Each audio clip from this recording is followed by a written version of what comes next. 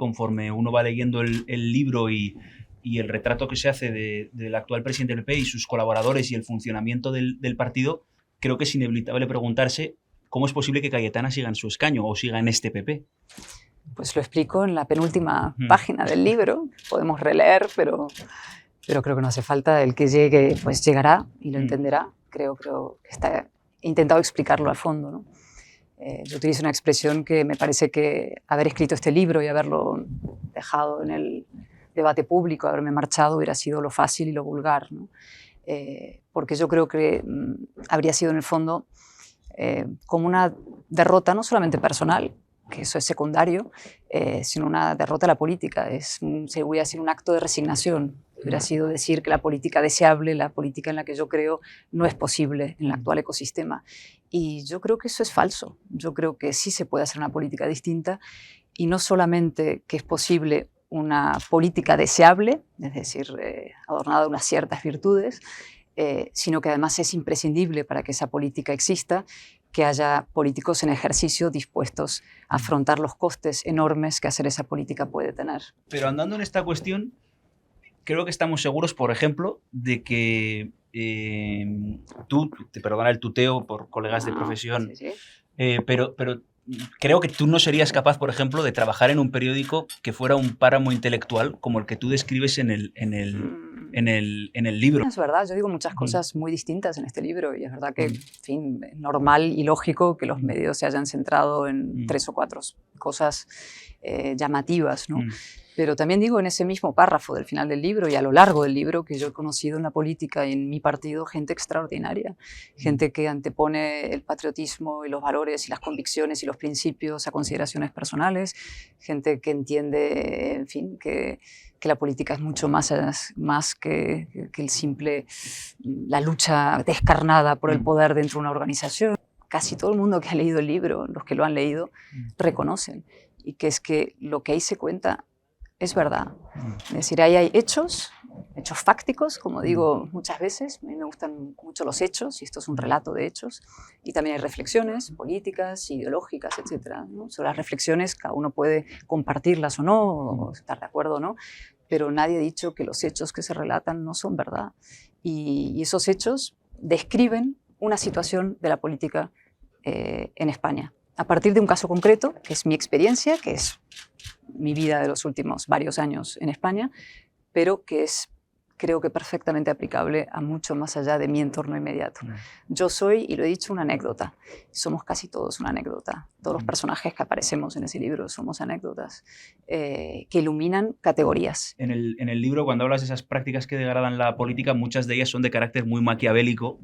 Déjame entonces que exponga una teoría maquiavélica que se me ha ocurrido leyéndote.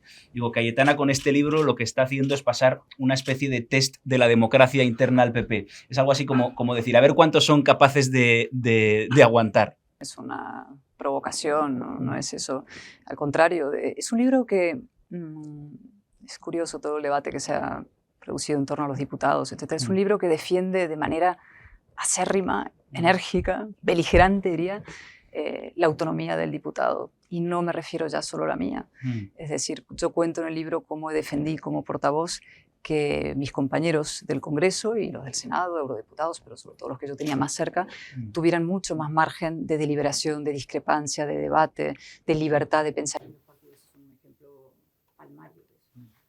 Cayetana, tú en el libro haces un retrato descarnado de la política real y la comparas con, bueno, como lo has definido ahora, con la política deseable. Pero de esa política deseable pones muy pocos ejemplos y cuando salen ejemplos siempre acaban derrotados frente al mamporretente tieso de la política real, ¿no? De hecho, la gente de la que tú hablas más halagadoramente en el libro son intelectuales, científicos sociales, filósofos, como Steven Pinker, Jonathan Haidt. Entonces la pregunta es, ¿qué haces en la política? No en el PP, en la política. No hay nada más importante que la política. Nada. Ni escribir, ni tener un gran periódico, ni una empresa importante, no hay nada más importante para el bien común y para la sociedad que la política. La política tiene la mayor capacidad de destrucción y devastación imaginable. Es decir, cuando la política populista se pone en marcha, devasta un país. Y la prueba es lo que ha pasado en Cataluña con el nacionalismo o lo que ha pasado en tantos otros países cuando la política se pone, la peor parte de la política se pone en marcha, ¿no? Pero al revés, la política es lo más noble, lo más importante, lo que mayor bien puede causar a una sociedad si es ejercida desde las convicciones y desde una noción del individuo correcta, ¿no? Y desde la defensa de la libertad y la igualdad y la protección del Estado de Derecho. Es decir, no hay nada más importante que la política. Y como yo creo en la política, creo que es la política la que tiene que liderar la solución a los problemas democráticos. Teniendo en cuenta la repercusión que está teniendo el libro, las 4 ediciones, el debate que está generando en los medios de comunicación y sobre todo internos dentro de tu partido, acá yo pienso, si Cayetana no es expulsada del PP, será una enmienda a la totalidad a la teodocracia que ella describe en el libro, ¿no? ¿Por qué? O sea, ¿por qué una enmienda a la totalidad, no? Es que todo el mundo puede, digamos, rectificar y reflexionar sobre sus manera de ejercer el mando dentro de una organización, ¿no? Es decir, yo lo que promuevo en este libro es que las cosas se hagan de otra manera. Es un libro que espero sea útil al PP y que me gustaría que se leyera en el PP también. Es decir, estoy segura que hay gente leyéndolo porque hay ediciones que se están imprimiendo y vendiendo, ¿no? Pero para mí es un libro que me gustaría que se leyera, que creo que puede ser útil, ¿no? Estoy segura que puede ser útil al PP. No es como... Si lo yo dices insisto, como si no lo hubieran leído, Teodoro, Pablo, etcétera. Por decir, me gustaría que se leyera.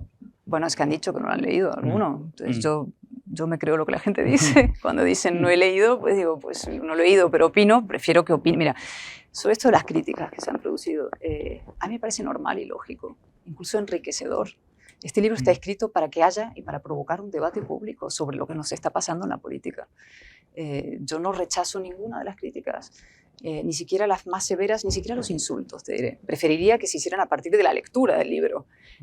Por rechazar, ni siquiera rechazo que pudieran encontrar algo valioso en el libro, ¿no?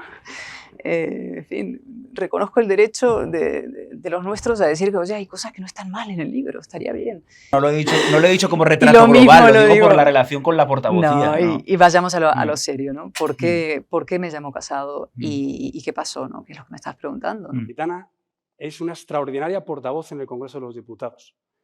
Todos los partidos les gustaría tener a Cayetana de portavoz. Y yo lo cuento con mucho detalle. Yo creo que hay 2 conversaciones muy importantes en ese libro que están relatados, que un poco es el principio y el final, ¿no? El principio es cuando él me viene a buscar, y él me dice cosas muy importantes en esa conversación, porque yo no era una desconocida para él ni para nadie. O sea, todo el mundo sabe quién soy, cómo soy, lo que había hecho y dejado de hacer, ¿no? Y él me dijo, sé que tu experiencia en el PP fue difícil, pero te aseguro que ahora las cosas van a ser de otra manera, tendrás libertad, quiero que traigas el espíritu de Libres e Iguales, que es esa plataforma cívica constitucionalista que creamos algunos, de batalla cultural contra el nacionalismo, la traigas al Partido Popular, y no solo eso, sino que además te voy a sorprender, quiero ofrecerte el número 1 por Barcelona. Y a mí me impactó y, debo decir, me emocionó profundamente, porque me pareció de una gran osadía, y no solamente por todos esos horribles defectos que tengo, una osadía en términos políticos, es decir, me pareció de una gran altura, decir, yo estoy dispuesto a que vengas con libertad, quiero un partido abierto, quiero un partido donde se pueda deliberar, debatir y que eso no sea sinónimo de expulsión ni de deslealtad horrible, y además quiero que des una batalla cultural profunda en Cataluña. Y el libro acaba con una conversación muy distinta, que es la de mi institución, que tiene 2 partes, como he explicado una vez, y una parte que ya se conocía, que era la parte que yo relato con detalle a las puertas del Congreso, en un ejercicio de transparencia que me pareció imprescindible de cara a mis votantes, a nuestros votantes, a la opinión pública. Es decir, había que saber por qué una persona que había sido, digamos, nombrada portavoz, tan pocos meses después era destituida. Y eso tiene que ver con el Poder Judicial, tiene que ver con la batalla cultural, tiene que ver con muchas cosas, ¿eh? Y luego una parte, que es la que no se conocía, que se vincula con esto que me preguntabas, que es la parte más humana y más personal. Y ahí yo sí le dije, te voy a hablar no como una amiga, ni siquiera te voy a hablar como una compañera, toda la vida de partido, te voy a hablar como una hermana. Y yo te pido que no tengas miedo. No tengas miedo a la izquierda, no tengas miedo al nacionalismo, no tengas miedo a Vox, no tengas miedo a la opinión pública, a lo que digan. Ahí hay una nación huérfana esperándote, deseando el encuentro con un líder. Tú eres esa persona, eres el número 1 líder de la oposición. tienes una inmensa responsabilidad y una oportunidad por delante. La gente está esperando encontrarse contigo. Es un país devastado por la pandemia, es un país golpeado por el golpe, en fin, el golpe de Estado, por el separatismo. No te creas eso que te dicen de que lo importante es controlar las estructuras del partido y dominar tal provincia o tal territorio para asegurarte en un congreso, la mayoría en un congreso interno del partido. Ni Feijóo va a intentar quitarte el sitio, ni Ayuso, por supuesto. Lo único que te puede a ti debilitar son tus vacilaciones, ¿no? Hablando de Casado, por ejemplo, en relación a cuando él se desmarca de la actuación de la policía en Cataluña, dices, ni el más equidistante de los terceristas, de haberlo sabido, no volvía. Luego en otro momento hablas de un camaleón sentimental que cambia sus principios en función del interlocutor, aunque esos principios sean incompatibles entre sí. Luego dices lo que castizamente se llama un bien queda o un veleta, ¿no? Yo pensaba, joder, ni siquiera Sánchez ha dicho algo así. En ese orden no están dichas las cosas. De hecho, yo explico que cuando le conocí tenía ciertas suspicacias. Me parecía que era eso que llaman un bien queda, ¿no? Quedar bien con unos con otros, era, ¿no? Eso que explico que es un camaleón sentimental, que es una empatía, el concepto de empatía malentendida, es decir, es que te adaptas un poco a tu interlocutor, ¿no? Que tiene una parte positiva, que es una enorme capacidad, digamos, de caer bien. Eso es, de caer bien, eso es muy importante también, es uno de los aspectos de la política, pero a veces puede derrapar en algo complicado, y el caso de RACU es el ejemplo perfecto, yo creo. Es decir, esa entrevista en RACU para mí fue un momento muy difícil, y creo que para los votantes del Partido Popular en Cataluña desde luego también. Es decir, era de pronto el líder de tu partido, que había dicho cosas muy distintas durante bastante tiempo, dando a entender que no le había gustado la actuación de la policía y la Guardia Civil, y yo creo que eso fue, y deber subrayarse, es un profundo error político, estratégico, e incluso más allá de eso, ¿no? Lo de Iván Espinosa, sí tenemos una buena interlocución y relación y conversación, ¿no? Yo creo que es una persona inteligente, una persona muy formada, preparada, y sus intervenciones, ¿no? Siempre es meditable lo que dice y interesante, ¿no? Y luego está la cuestión de las relaciones entre los partidos. Tú me preguntas, ¿es necesario que haya una colaboración? Bueno, es que ya está siendo necesaria una colaboración para gobernar en varios sitios de España, en comunidades muy importantes. Y según todas las encuestas, va a ser necesaria esa colaboración si vamos a ir a una mayoría de lo que tradicionalmente llamáramos de centro-derecha, ¿no? No hay ni una sola encuesta que dé al Partido Popular mayoría absoluta. En fin, sería maravilloso que hubiera, en fin, unas grandes mayorías, estas históricas que hubo, pero no lo estoy viendo yo todavía por ninguna parte. Con lo cual, la colaboración no es que yo me la invente o yo la desee o yo la anhele, es que veo que es inevitable según los números. Es decir, nosotros necesitamos 176 escaños para frenar un proceso de destrucción de nuestro orden constitucional. ¿Eso cómo se consigue? Se consigue sumando escaños. En mi opinión, y esto lo vinculo a la moción de censura, lo he explicado muchas veces, a mí, cuando se decidió el voto negativo en la moción de censura, yo había expresado previamente que creía en mi opinión sobre el asunto, en fin, libremente, como creo que debemos los diputados hacerlo, ¿no? Nuestro voto en general es del grupo, pero nuestra voz es nuestra.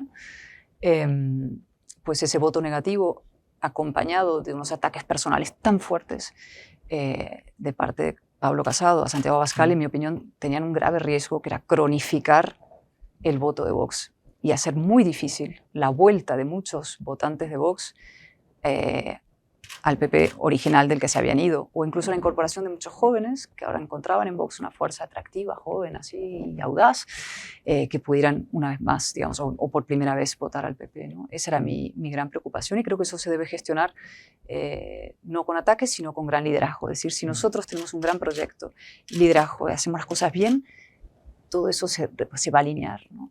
Y la prueba es lo que pasó en Madrid. Es que esto no es que trabajo sobre las ficciones y sobre la pura especulación, que también podríamos, ¿no? Podríamos especular con qué escenario podemos imaginar según qué piezas tocas. Es que lo que ocurrió en Madrid demuestra que hay una manera de hacer las cosas que nos puede funcionar a nivel nacional. Y eso es muy importante. Eso significa no estar todo el día atacando a Vox, sino liderar, tener un proyecto, defender la libertad sin titubeo, sin complejos, ser audaces, plantar cara a la izquierda.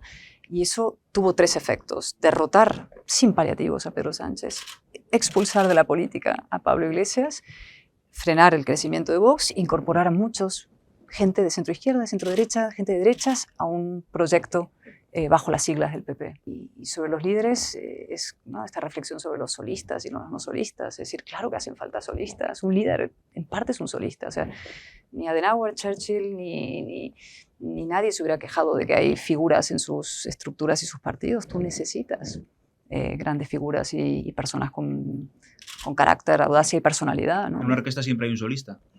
Para empezar hay un director de orquesta, que es un gran solista, es decir, para empezar, es decir, está Bernstein, está Muti, está Toscanini, es decir, el director de orquesta es el primer solista, pero además quiere grandes figuras.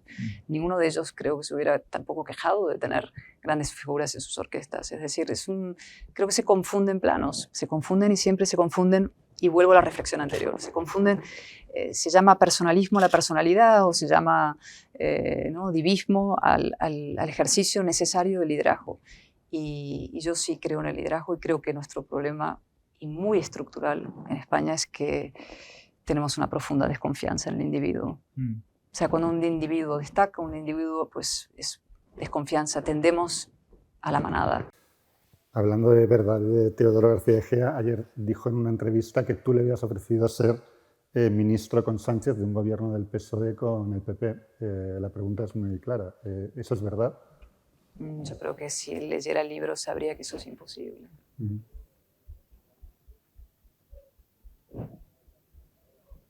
Si no lo ha leído Teodoro, va mal el libro. La promoción del libro, tenemos que hacer algo. No se lo has enviado. Él dijo ayer que no lo había leído. Yo le animo a leerlo y además al leerlo y sabrá que es imposible que yo le hubiera sugerido ser ministro de nada, ¿no? Cayetana, ¿tú te llegaste a ver en algún momento como sucesora de José María Aznar? Lo digo porque en el libro, que creo que escribías la palabra celos, literalmente, cuando él menciona a Pablo Casado como sucesor, como posible sucesor. ¿Tú te llegaste a ver en algún momento como líder del PP? Como yo reconozco mis limitaciones, como he dicho, que las ha enumerado muy bien, Dani. Conozco muy bien tus limitaciones.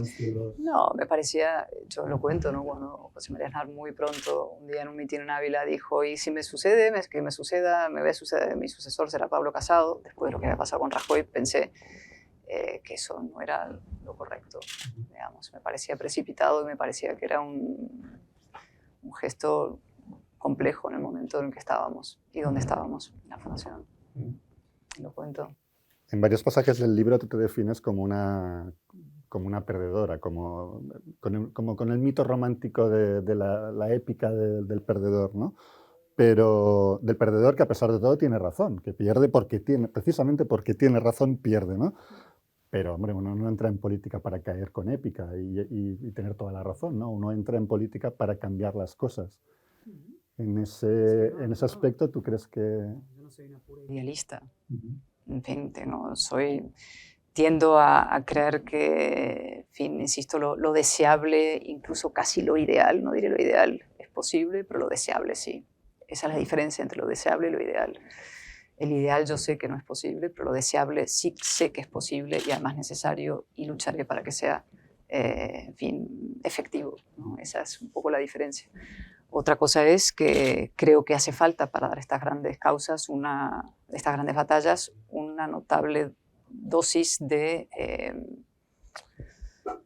convicción y de coraje y de creerse profundamente de estas cuestiones, ¿no? Hay un punto épico que hay que tener, pero esos son no solamente esos textos maravillosos que cito, ¿no?